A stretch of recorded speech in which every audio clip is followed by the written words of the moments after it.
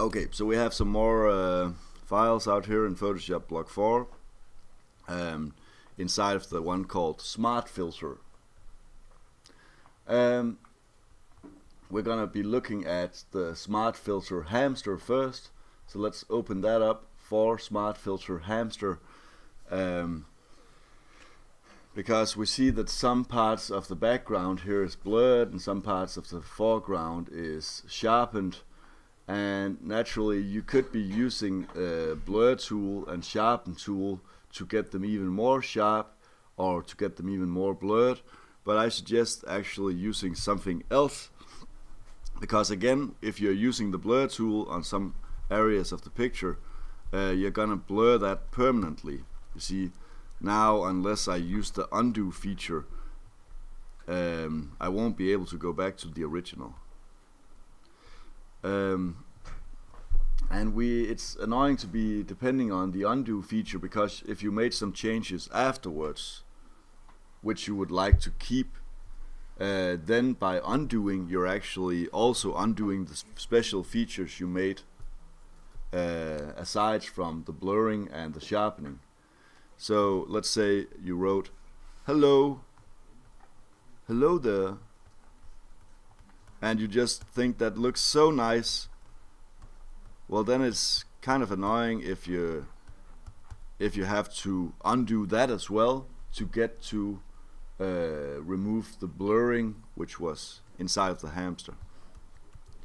So what we can do if you want to add some kind of special effect is we can use a smart filter. Then we can always change the picture to being what it was originally. And the way you make a smart filter is first off by changing this picture to become a smart object.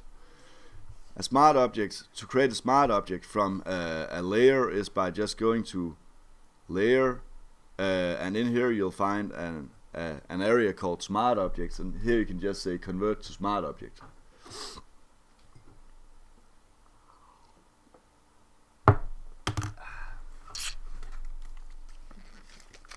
Need my water.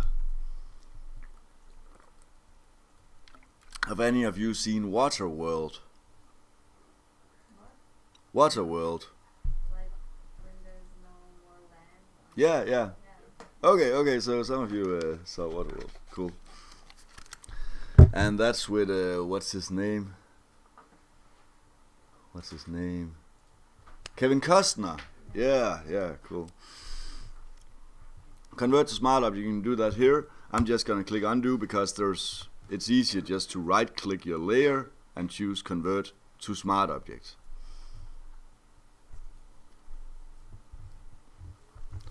And now again you see this small icon down here indicating that it's a smart object. Sweet. So it will remember its original properties, meaning, for example, if I went to edit free transform, you'll see here that it says it's 100% of 100%. If I change it to become smaller, like this, and then click enter, and then change it again to become bigger, it still remembers that 100% is this size. So that's one of the great things, it remembers its original dimensions. Another thing is that you can actually use a filter on top of it. You cannot use any adjustments on it. You'll need to use layer adjustments if you want to adjust something that has a smart object to it. Okay, so inside a filter we have a lot of different filters. Let's say we wanted to sharpen this picture up. So I could use Smart Sharpen. Inside of Filter, Sharpen, Smart Sharpen, I could just click for it to Smart Sharpen, and I'll just use something very dramatic. I'll set the radius very high, and if the radius is very high, you will see an immediate effect on the picture behind. And perhaps you can adjust some of the other values. And perhaps I want Gaussian blur instead of whoa. I'll just reduce that a bit. It looks like something from a horror movie.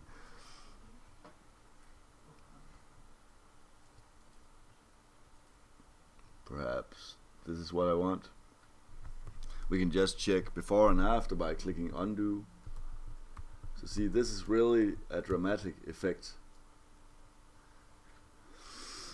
Not only can I click undo, I could also just adjust my mask down here. You see immediately when I included a filter on top of a smart object, we get a mask for that filter, for that effect. That's not normal. If this was not a smart object, let's just try doing this to an object which is not a smart object. I'll do that on screen. You see, if I use this smart sharpen again, we'll have no possible way of changing the mask in order for us to tell where should the sharpness be the most and where should it be the least. So it's a good idea if you're ever in doubt about how much sharpness should be here and there, you should always just convert to a smart object. But if I have it in a smart object, I can click on this thing and filter. I don't know why. It's a smart object, but I can. But that's because have you already included one filter? I didn't do anything. You did not do anything. I only made it as a smart object, and then if I want to click it, it's not possible. Well, you can still click these ones. Yeah. Not this one, which you choose. Sharpen. Where is sharpen? Yeah, okay, I will find. It's German. Yeah. It's okay. Okay. So you should be able to do it down here. Find it down here somewhere. Perhaps you cannot use it up here, but perhaps that's because the last filter you used was not able to be used in a smart filter. For example, you can see vanishing point. It's not possible to use that feature inside of a smart filter, and perhaps some of the others are not possible. You see here render. It's not possible to use some of these as well. Kind of like with the layer adjustments, there are some adjustments which is not possible to use inside of a smart object. So, but here, filter sharpen, smart sharpen, I'm just gonna click that and click OK. And actually, if you ever use this filter again up here, the one at the top, it will just include the same effect it just used with the same settings it just used. So the one up here will always be the last, the previously used filter, the last used filter. Let's say it's gonna be sharpen up. I'm gonna smart sharpen. Oh, I already did that. No point in doing it twice. You can always switch on and off the visibility. Instead of clicking undo and redo, you can always just switch on and off the visibility of the mask. Right now the mask is affecting everything. You know, when it's white, it's affecting everything. So if I turned it black and I can see my foreground color is set to black, I could just Alt backspace on the mask. The mask needs to be active, and you'll notice then it will remove the effect.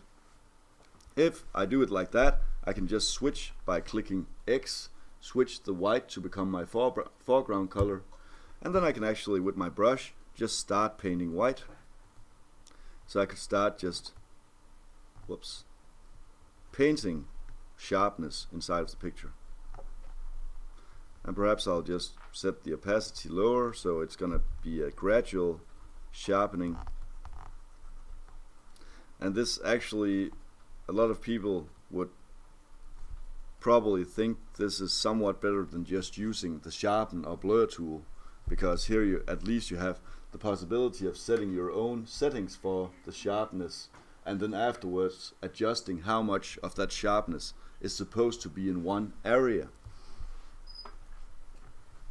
And if you decide, okay, I don't need that much sharpness in this area, then you can just switch to paint with black, perhaps with a lower opacity so it's actually gray, and then start removing sharpness.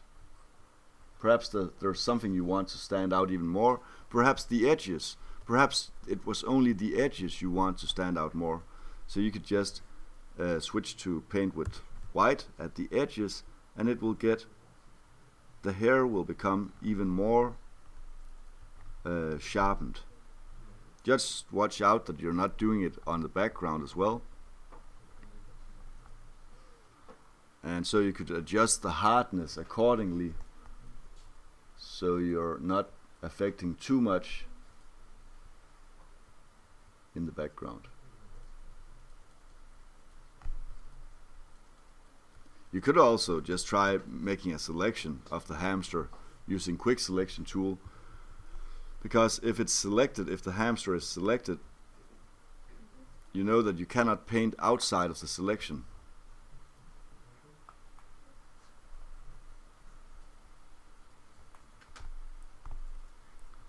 La la la la la la. I'm just using quick selection tool to make a rough quick selection. And see, when this is selected, I know that I cannot in any way paint outside the area. So even though I'm doing like this, I will only sharpen the ear, because the selection is of the hamster. So I'm just sharpening the ear right now. I'm not doing anything to the background.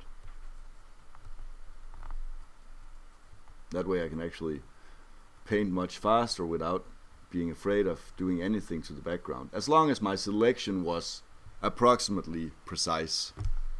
Approximately precise. Almost precise, yeah. It's kind of like contradictionary. Whatever. Okay, so that's how you could use a smart filter, and whenever you actually want to remove it, you can just toggle off the visibility. A great way of also showing this was before, this is after. Can anyone tell me which file type I would save this as if I ever needed to go in and change these features again? Which file type would be recommended to save this file as? PSD, that is correct, a Photoshop file.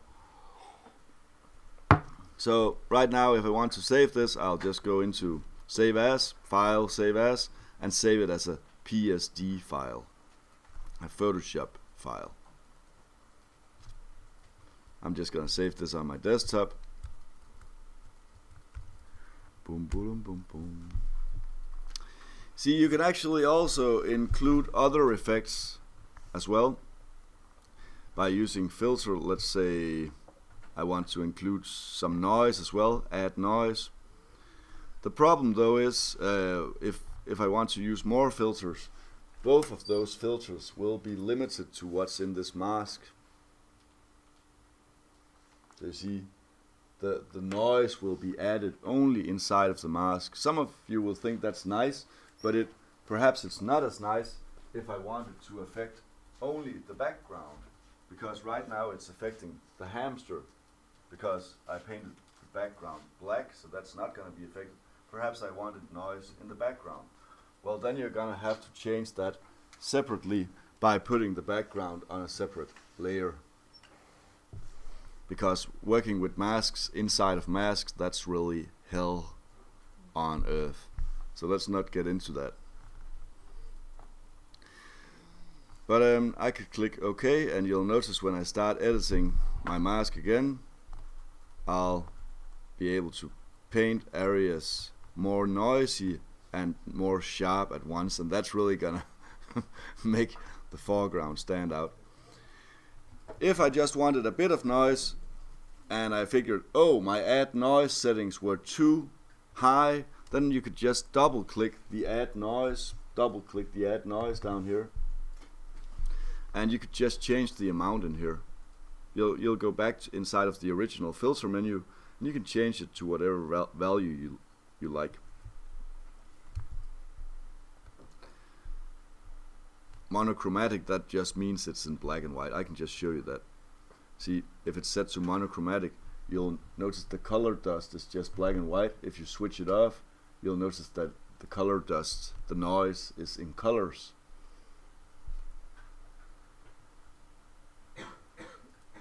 if it's a very colorful picture, perhaps monochromatic should not be switched on. In general, I prefer monochromatic. It often gives a more realistic look, but perhaps you want all this colored noise, then you'll of course use that. Yep, so you can add more effects and use a mask to add them or remove them.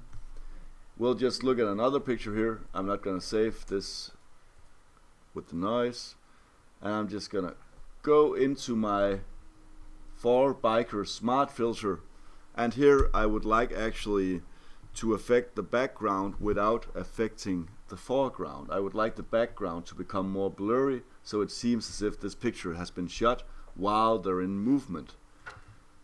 You know, there's different settings on your camera where you can set your shutter and aperture values so you actually get some kind of feeling of movement inside of the picture. It would seem more as if there's a lot of they are at a high speed, these motor vehicles, if you added some motion blur to the background.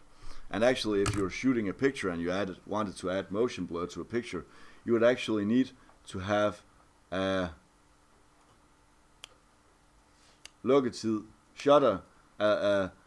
shutter value set to be like, perhaps instead of 1/1000th of a second, you would perhaps set it to be 1/125th of a second.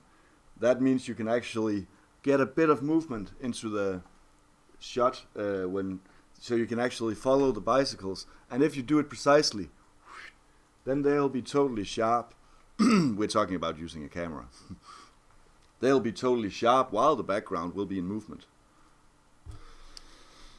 Okay, so I'm just trying to simulate that because I did not use those settings on my camera when shooting this picture. It's not me who shot this picture, by the way. If it was me, it would not be JPEG compressed in the manner it is already. So let's do that. First off, we'll make this into a smart object. I'll just right click it and choose convert to smart object. Convert to smart object. And then I'll add some blur. This blur I'll include as filter, blur, and then the one called motion blur. Boom, boom, boom, boom. And here you'll see that it makes the impression of movement inside of the picture. And when choosing the direction this movement is going to be in, it's a great idea that it's the direction that the vehicles are moving in. It's very weird if the cameraman is shooting a picture in another direction than the vehicles are moving, and then they're gonna be blurred as well. The camera has to follow the bicycles, so it's natural that you can actually see the direction right here, because we have been granted the road, so we can actually see which direction are they driving in, and that will help us estimate which direction is the motion blur supposed to be in. And it's a great idea just to exaggerate, really exaggerate, so you can get an idea of which direction is this motion blur coming in. And so we're trying to get a direction where actually you see the stripe on the road, where this stripe where you can actually still see that stripe being visible, this yellow stripe right here. So if it's in the wrong direction, this stripe will become totally erased. So we're trying to kind of like get this road to still be there. You can see now the road is still here. So the road is in the same motion direction as we put the angle. Okay, so after this, I'll just switch it to become not as intense. Perhaps something like this. And of course, this will make everything become blurred. But what we're going to do now is we're going to remove the motion blur from the people on the bicycle. I'm going to click OK. And then I'm actually gonna switch off the mask, just toggle off the visibility, and I'm gonna try selecting with different selection tools. I'm gonna try selecting these bicycle guys, but not bicycle, motorcycle guys. And let's get a minute to do so. I suggest using quick selection tool if you want to do it in a minute. And it does not have to become 100% precise. We're not looking for precision, we're looking for a lot of changes in short time. And remember, Alt removes from the selection, Shift adds to the selection. But with quick selection tool you don't need to hold down Shift, it automatically adds with this tool. But Alt to remove from selection if you include it too much.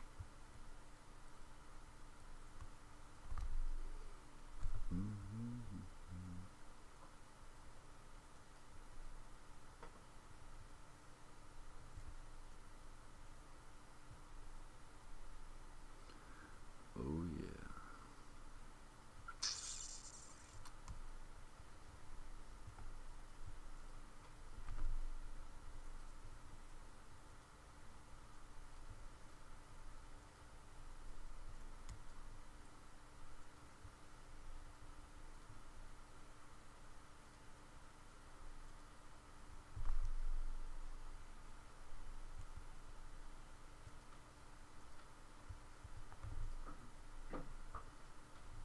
And remember to get all parts of the bikes inside of the bike.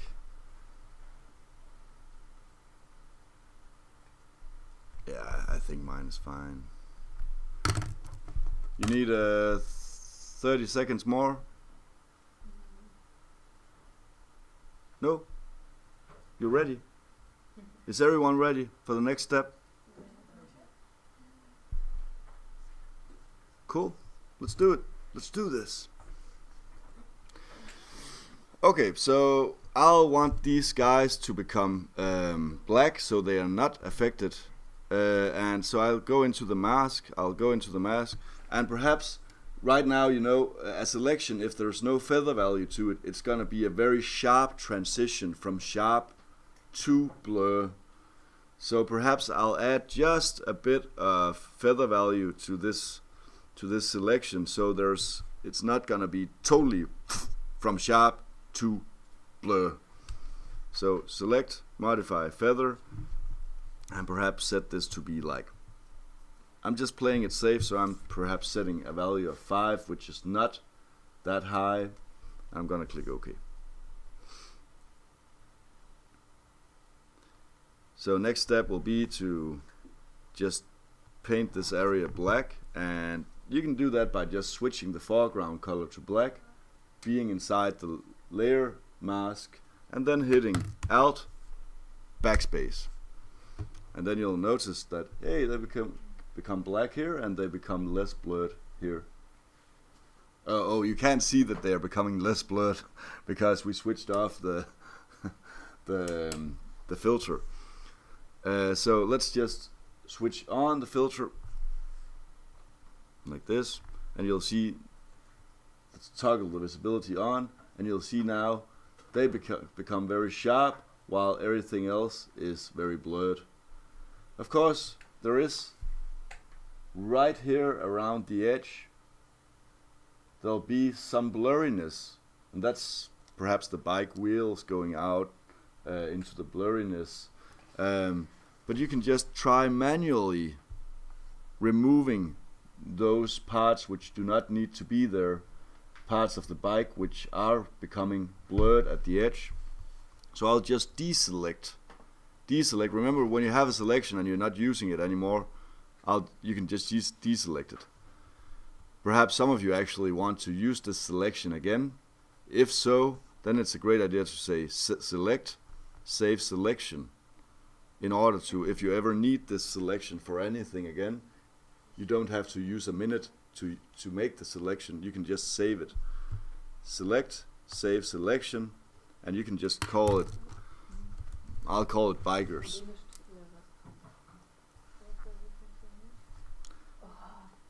The space. Are you okay? No, my Danish teacher is ill now, and I made the whole way with the car and etc. just because of this course. Okay. It's not a So, good day do for you me live- today. Okay, so you live very far from Aalborg? No, but the yeah, it was just complicated in the morning and now for nothing. Okay. Actually, King Nothing is a great track. My brain is wandering. Okay, so sad for you. It's very sad. It's No, everything is okay. yeah. We should like get in a circle later on, hug each other, and so. I was just angry. Yeah. Okay. That's. But you'll become very happy when you try these smart filters out. Yeah.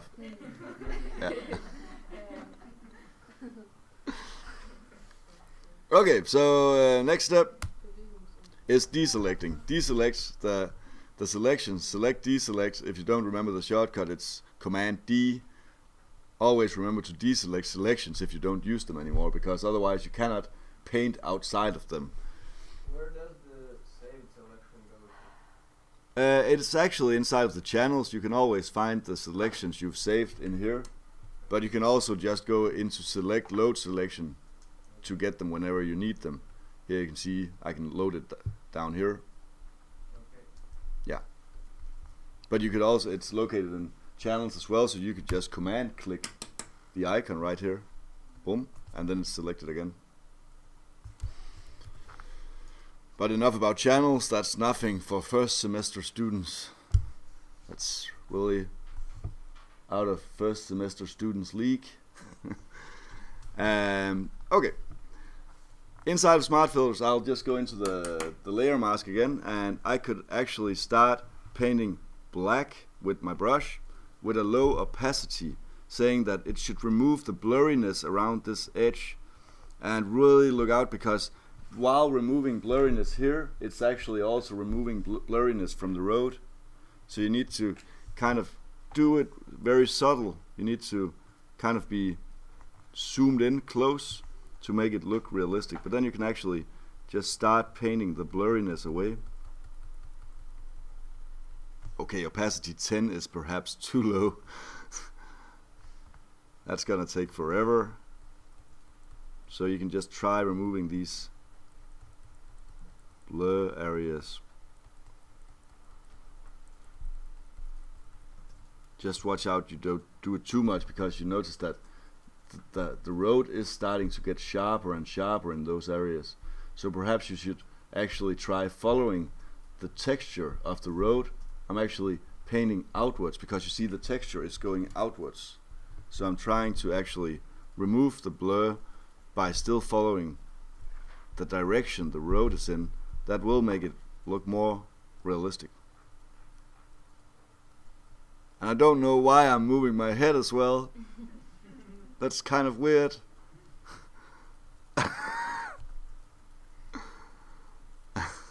That's just my autopilot. Have anyone of you seen Click with Adam Sandler? Yeah, actually so. I love when he's on autopilot.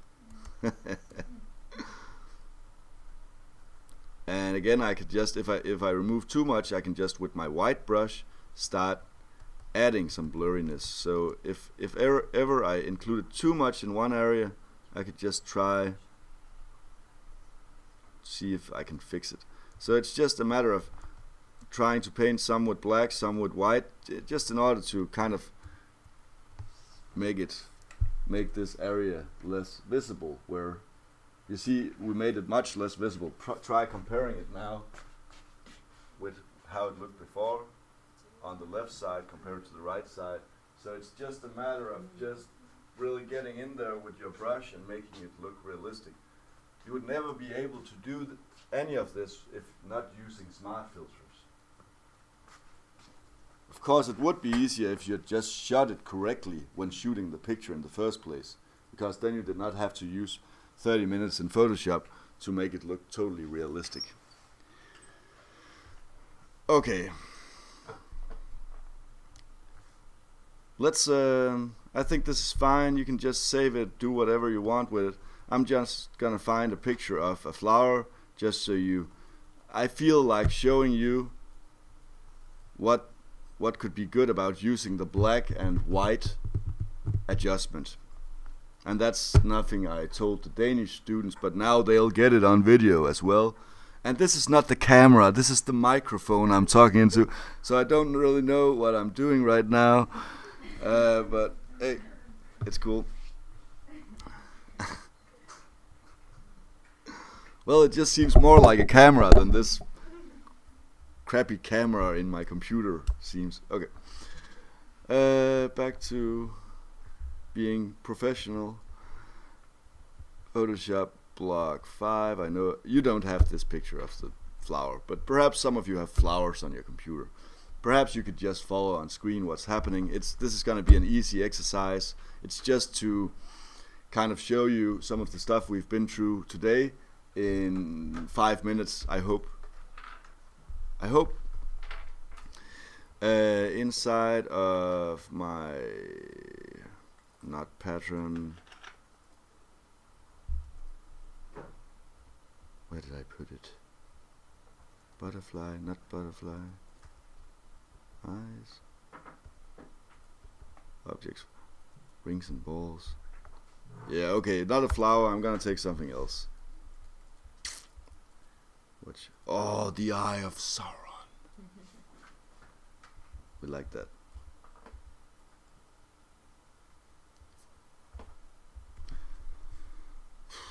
Just a second. I'm gonna go to Google. Flower. Give me a flower. And so let's see. Perhaps a rose. Let's just be very, very predictable.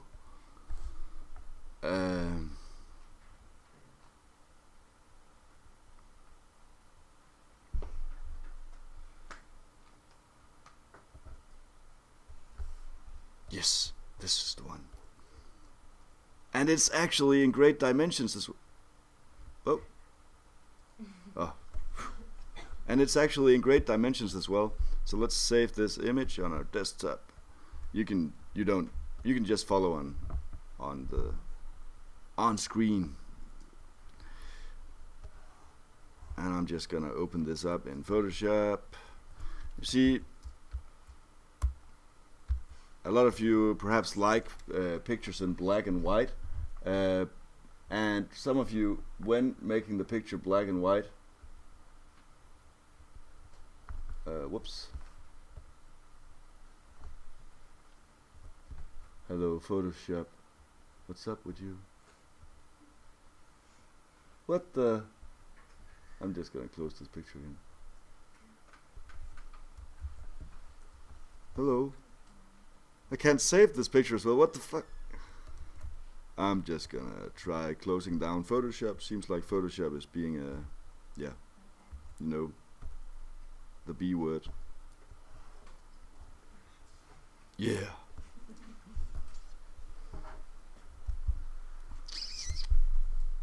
Okay, so that's what happens in Photoshop now and then. Okay, so some of you, when you try to make a picture black and white, you have this process already. You either choose image adjustment, desaturate, like that, boom, and it creates a very dull image. Or you have this process, image mode, grayscale, and it creates a very dull image. So stop doing that. It's not gonna make you happy in the long run. And of course, the best way of doing this is by using the adjustment called black and white.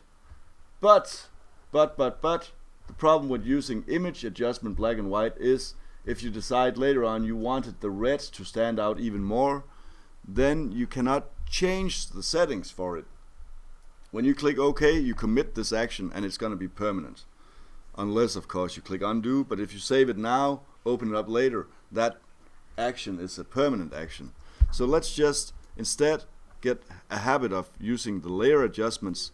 So I'm just going to go into layer adjustments and choose black and white. Okay, so here naturally we want the reds to stand out. We want the reds to stand out, so you can just adjust how the red will become when they are changed to black and white. So this will give a much better result. I'm just going to take this properties, move it down here so it's not in the way. And I'll perhaps see, you can see there's a lot of yellows, especially in the background. So perhaps if I want the background to tone down a bit, I'll just change the yellow, and perhaps some of the greens. I'm not gonna adjust them too much because there's green everywhere in this picture. And perhaps just see cyan. There's a bit on the leaves. And naturally there are some other things you can change inside of this menu. So, but I'm just gonna go with the flow and say this is fine. Now I want actually the roses, one of the roses to become red again. And see, that's the great thing about masks. So not only can you use this layer adjustment to make the picture black and white, but you can also make this layer adjustment so that this flower right here on the left, sorry, on the right, whoa, perhaps if I wanted this flower right here to have some of its redness back, I could actually just switch my color, my foreground color, to be black, and then paint with my brush. I could start painting back the color, and I'm gonna put it at a low opacity so it's gonna seem realistic. You see, if I'm standing inside of my layer adjustment mask, I'll start coloring back whatever color it was in originally.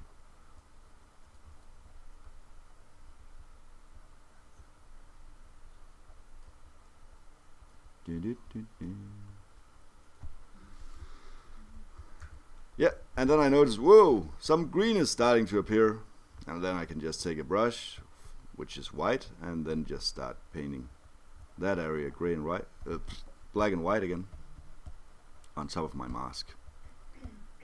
Perhaps with a lower size, perhaps by selecting the outside, you decide yourself. But painting white in these areas, white will become the black and white adjustments because we're using a mask. A mask. If you had made this selection better, use more time on it, of course it would also become somewhat more the result you wanted instead of you having to edit it so much afterwards. I'm just gonna change my opacity so it goes faster.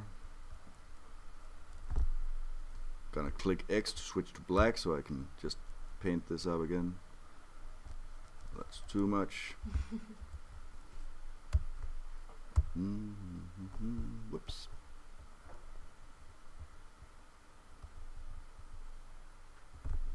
Perhaps I actually want this leaf to be green as well. Sick.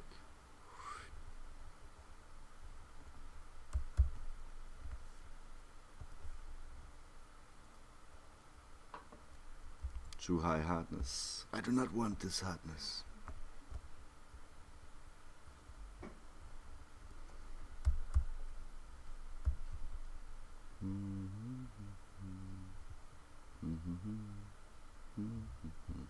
And that way you can make parts of your picture stand out in color on your black and white photos.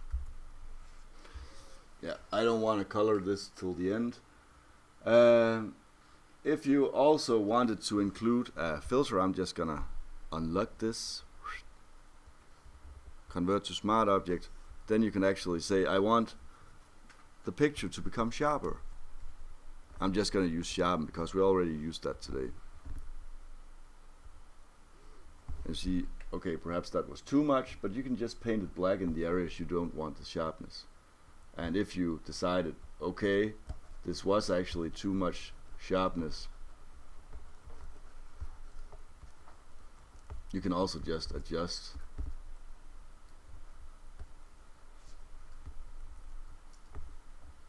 the smart sharpen down here by double clicking it, saying I didn't want this amount of radius, I want it to become less sharp, and that will make the effect perhaps more realistic.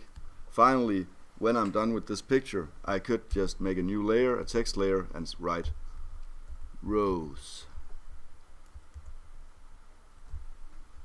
Perhaps in a more romantic way. So let's find some font which is kind of romantic. Perhaps a calligraphic font. Monsieur Lablesse. Whoa, that's unreadable. Seems like it says rule instead of love. Was it love I wrote? Rose. Oh yeah. Brain not working. Oh, I think we got one. Harrington regular. Oh yeah, that's sweet. Perhaps. Oh yeah, like that. Oh yeah. Hallelujah. We got a winner. Let's say even bigger. 300. So on top of that, I'm just gonna include some texture inside of this. So let's find a picture. File, place, embedded. Gonna go into my resources, texture, place, boom, place it right there. Actually gonna put this texture above the gray, black and white feature. Then gonna say this is gonna be a clipping mask. I'm gonna hold down Alt between the two layers and click once, so the texture goes inside rose. Then I'm gonna double click rose just to add some drop shadow. Go down here, add some opacity, some distance, and perhaps some bevel and emboss just to make it stand out a bit. I could go inside my texture and just move that a bit so it fits more how it's supposed to be inside of the rose, and perhaps actually use a hue saturation layer adjustment just to change the color of rose. So I'm just gonna say hue saturation. I'm gonna make sure the hue saturation affects not the entire picture but only what's inside of the clipping mask. So I'm gonna hold down Alt, be between the two layers, click once, and now only the area which is called rose will be affected, and I want it to be red, like that. Yep, actually by showing this I have in a few minutes demonstrated all the different things I went through today. Time for the assignment. I'm just gonna shut you down, and you're not a video camera still, but I'm gonna shut you down.